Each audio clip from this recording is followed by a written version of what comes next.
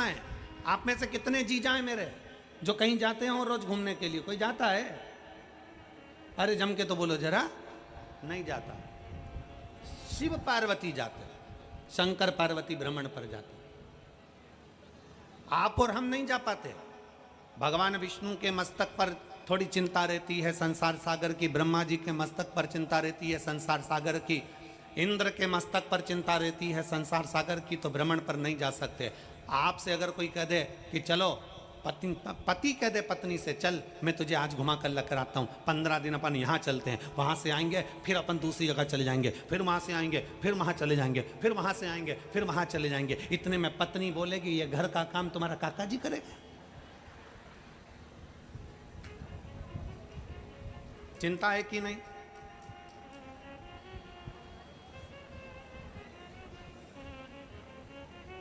चिंता में रहने वाला व्यक्ति भ्रमण पर नहीं जा सकता, पर जो चिंता से मुक्त है, चिंतन करने वाला, वो रात दिन भी भ्रमण करे तो उसके लिए शून्य के बराबर है। सबके पास में, सारे 33 कोटि देवताओं के पास में चिंता है, पर शंकर के पास में, भगवान ओघड़दानी के पास में, मेरे शंभू के पास में, मेरे शंकर भगवान के पास कोई चिंता नहीं।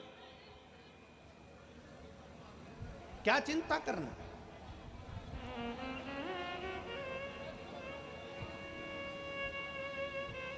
चिंता से मुक्त है।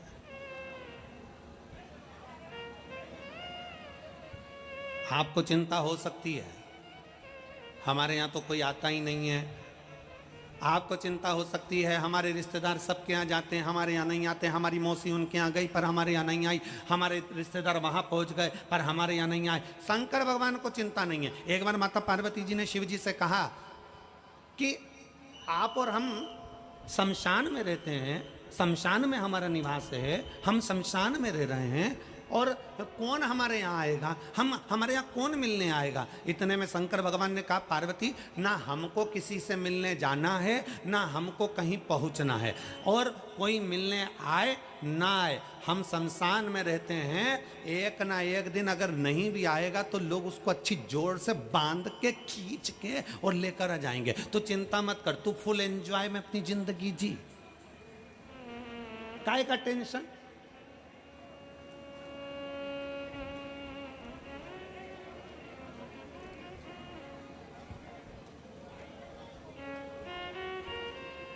अपने बच्चों को भी ये सिखाओ, अपने बच्चों को भी ये बता दो, किसने क्या कहा, किसने क्या बोला, किसने निंदा कर दी, कोई ने कुछ कह दिया, बच्चे रोने बैठ गई, किसी ने कुछ कह दिया, सास रोने बैठ गई, किसी ने कुछ कह दिया, ससुर रोने बैठ गए, किसी ने कुछ कह दिया, दादा रोने बैठ गए, किसी ने कुछ कह दिया, उसने ना ना ना।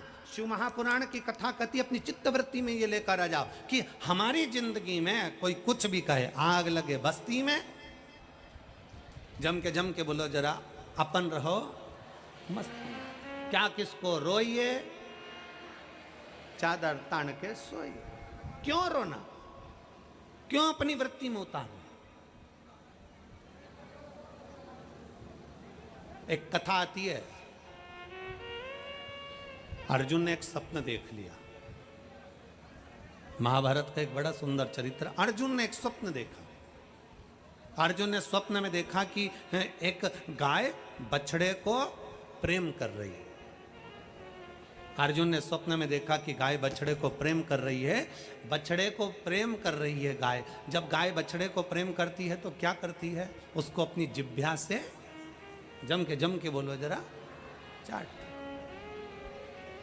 अर्जुन ने स्वप्न में देखा कि गाय अपने बछड़े से प्रेम कर रही है, गाय तो अपने बछड़े को चाट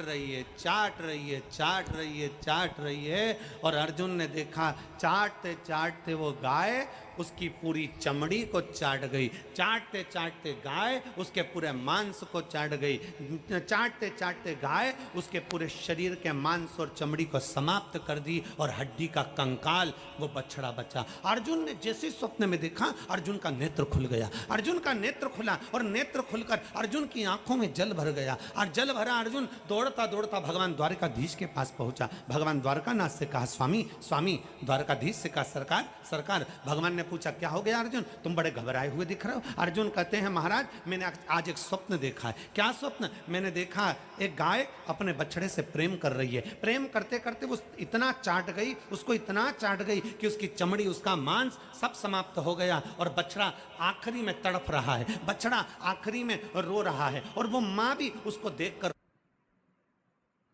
रो रही है। आखिर समझ में नहीं आता वो बछड़े की जिंदगी उस माँ ने कैसे समाप्त कर दी। तब भगवान कृष्ण ने कहा सुन अर्जुन, ये कलयुग जो आ रहा है ना, ये उसका दर्शन करा रही है। ये गाय और ये बछड़ा कलयुग का दर्शन करा रहा है। जैसे गाय बछड़े से इतना प्रेम कर ली, इतना प्रेम कर ली कि उसको चाट चाट कर प्रेम में बछड़े की जिंदगी खराब कर दी, उसको कंकाल कर दिया। उसी तरह आज के जमाने में जब कलयुग आएगा, उस कलयुग में माता पिता अपने बच्चों से, अपना बेटा बेटी से इतना प्रेम करेंगे, इतना प्रेम करेंगे, इतना प्रेम करेंगे, इतना प्रेम करेंगे कि जो मांगेगा वो दे देंगे। मोबाइल मांगा मोबाइल, सामान मांगा सामान, गाड़ी मांगी गाड़ी, जो कहेंगे बच्चे माता पिता उसके कहने पर चल चल कर इतना प्रेम करेंगे कि जैसे गाय बछड़े को प्रेम करते करते चाट चाट कर बछड़े की जिंदगी खराब कर दी। कलयुग में माता पिता अपने बच्चों से प्रेम कर कर कर जो मांगेंगे दे देकर उसकी भी जिंदगी खराब कर देंगे और आखिरी में रोएंगे।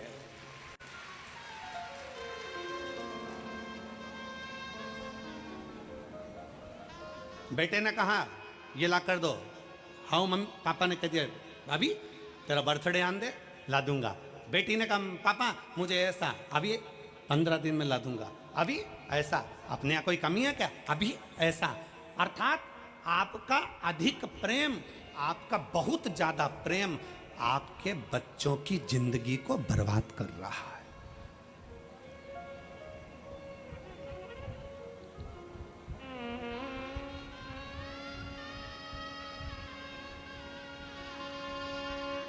जरा जरा से बच्चे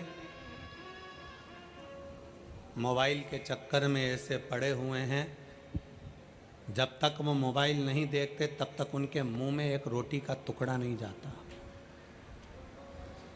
जब तक वो मोबाइल नहीं देखते तब तक वो दूध की बोतल उसके मुख में नहीं जाती। क्या कर रहे हो? क्या आप भी उस गाय की तरह हो जो अपने बछड़े को चाट चाट कर उसका कंकाल कर देती है? उसी तरह कलिकाल में आज का व्यक्ति भी ऐसा ही है, बच्चों से इतना प्रेम। क्या पहले के समय में प्रेम नहीं होता था? क्या पहले के समय में माँ बाप प्रेम नहीं करते थे? क्या पहले के समय में माँ प्रेम नहीं करती थी? क्या पहले के समय में माता की करुणा नहीं होती थी? कितना प्रेम, कितना प्रेम। पहले के समय में मां के बराबर कोई प्यार दे नहीं सकता। मां के बराबर प्यार कहाँ होता है? वो कहा किसी ने, मां के बराबर प्यार कहाँ होता है? माँ तो माँ होती है। 50 मांगो 100 देती है, एक रोटी मांगो 2 देती है। इधर आ नहीं मारूंगी, पास बुलाकर कूट देती है। माँ तो माँ होती है। पहले का प्रेम है, पहले की वात्सल्यता है, पहले की करुणता है। क्या पहले प्रेम नहीं होता था? क्या पहले स्नेह नहीं होता था? पहले कौन माँ बाप अपने बच्चे को मोबाइल देते थे? कौन माँ बाप टीवी खोलकर भोजन कराते थे? बस उतना प्रेम दीजिए बच्चों को जितना उसको प्रेम की जरूरत है, उतनी करुणा दीजिए बच्चों को जितनी उसकी करुणा की जरूरत है। अपने बच्चों को पिंजरे का शेर मत बनाओ। अगर पिंजरे का शेर बनाओगे, आप लोगों ने सुना होगा कि पहले सर्कस में बहुत सारे शेर आते थे। बोलो आते थे कि नहीं आते थे? हमने भी सर्कस में शेर देखे हैं। आपने देखे कि नहीं देखे? अरे बोलो तो जम के। देखे हैं ना? पहले सर्कस में शेर आते थे, पर वन विभाग ने, सरकार ने रोक लगा दी। सरकार ने रोक लगाई कि पिंजरे में शेर नहीं होगा। सारे सर्कस के शेरों को ले जाकर जंगल में छोड़ा गया। उनके गले में एक एक कैमरा डाला गया, उनके गले में एक एक कैमरा, एक एक चिप लगाई गई और सारे के सारे शेरों को जंगल में छुड़वा दिया गया। सारे शेरों, जब जंगल में शेरों को छोड़ा गया, पता मालूम पड़ा 15-20 दिन निकले और शेरों का शिकार कुत्तों ने कर लिया। अब शेर का शिकार किसने करा? कुत्तों ने। कारण, पिंजरे में रहते रहते वो शेर शिकार करना भूल गया था। पिंजरे में रहते रहते वो शेर अपना शिकार करना भूल गया था, इसलिए पिंजरे के अंदर रहने वाले शेर का शिकार कुत्ते कर लिए। मेरा पूरे फिरोजाबाद के इस पवित्र प्रांगण से संपूर्ण भारत में जितने शिव भक्त कथा श्रवण कर रहे हैं, उन सब से निवेदन है कि अपनी चित्त वृत्ति में एक बात उतार कर रखना, अपने बच्चों को पिंजरे का शेर मत बना देना कि कोई दूसरा शिकार कर कर चले जाए। अपने बच्चों को शेर बनाने का प्रयास करना, वो भी जंगल का। अपने बच्चों को जंगल का शेर बनाने का प्रयास करिए। अपने बच्चों को सनातन धर्म बताने का प्रयास करिए। अपने बच्चों को सत्मार्ग बताने का प्रयास करिए। अपने बच्चों को कभी मत सिखाओ कि दूसरे के दरवाजे पर जाकर बिस्कुट मांगना, कि चाय मांगना, कि पानी मांगना, कि ये मांगना, कि वो मांगना।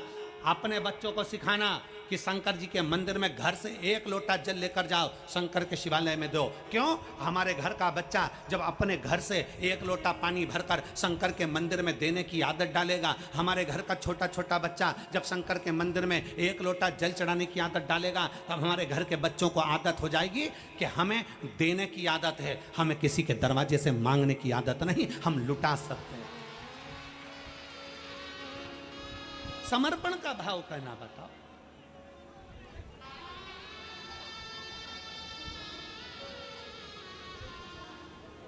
और मैंने तेरे ही भरोसे बाबा, तेरे ही भरोसे हवा बिच उड़ती जावांगी बाबा, डोर हथो छड़ी ना में कटी जाऊंगी। भोले मैं तेरी पतंग, शंभो मैं तेरी पतंग, हवा बिच उड़ती जावांगी बाबा, डोर हथो छड़ी ना में कटी। अपने बच्चों को सिखाओ, अहंकार से मुक्त हो जाओ, अभिमत्ता से दूर हो जाओ। शंकर भगवान ने आवाज लगाई, नंदी नहीं आए। शिव ने फिर आवाज लगाई, नंदी नहीं आए। नंदी नहीं पहुंचे। बार बार आवाज लगाई जा रही है और नंदी नहीं आए। तब भोलेनाथ पार्वती जी को लेकर बाहर निकले।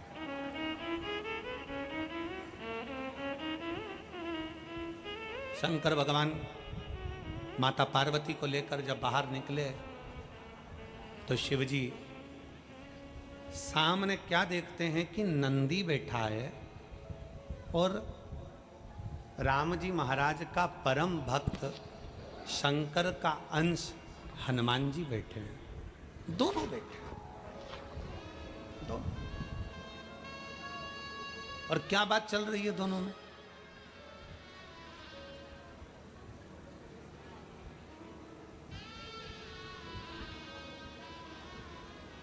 दो सुंदरियां मिल जाएं, दो सुंदरियां, बहुत सुंदर सुंदर दो महिलाएं मिल जाएं, उनमें क्या बात हो सकती है? तुम बताओ अच्छा, ईमानदारी से।